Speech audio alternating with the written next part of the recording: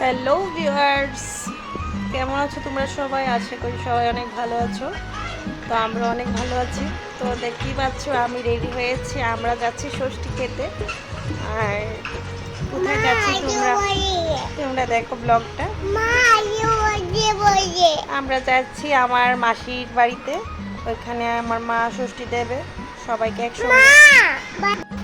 তো মাসির বাড়িতে যাওয়ার কারণ হচ্ছে আমার বড় বোন আসতে পারবে না এই বছর, ওকে দিতে পারবে না মা, তার জন্য আমি মাসির বাড়িতে গিয়ে ষষ্ঠী নেব আমার মস্তো বোনের সঙ্গে।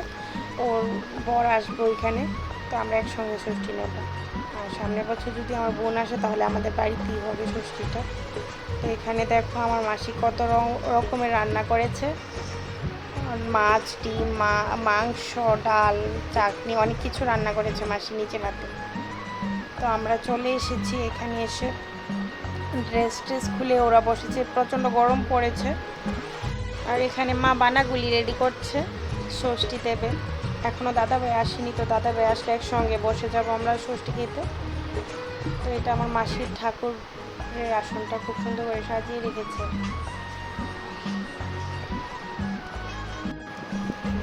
এখন দাদাভাই এসেছে, দাদাভাই ওদের জন্য শাড়ি এনেছে, তো আমিও শাড়ি নিচ্ছি। বলছে যে কারটা পরবে, তো আমি বলেছি আমারটা মাসি পরুক আর আমার দিদিটা আমার মা পরুক।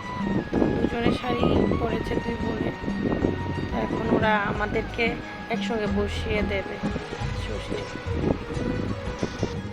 আমার মাসির বাড়িতে ষষ্ঠীর প্রথাটা নেই, তার জন্য আমার মা সবসময় মাসির বাড়িতে দেয়। তো আমার বিয়ের পর প্রথমবার বাড়িতে দিয়েছিল। তো এটা 2 বছর আগে, যখন রূপসা ছোট ছিল। তো গত বছর দেওয়া হয়নি, বোনও আসতে পারিনি। তো এই বছর আমার বোন আসতে পারিনি, যদি সম্ভব হয় সামনের বছর আসার চেষ্টা করবে। তো এবার তার জন্য মাসির বাড়িতেই দিয়েছে মা। কিন্তু আমরা আমার বোনকে মিস করছিলাম, কারণ সব জামাই একসঙ্গে থাকলে ভালো হয়, আর বোনরাও একসঙ্গে থাকলে মজা হয়। তো আই মিস ইউ আমার বোন।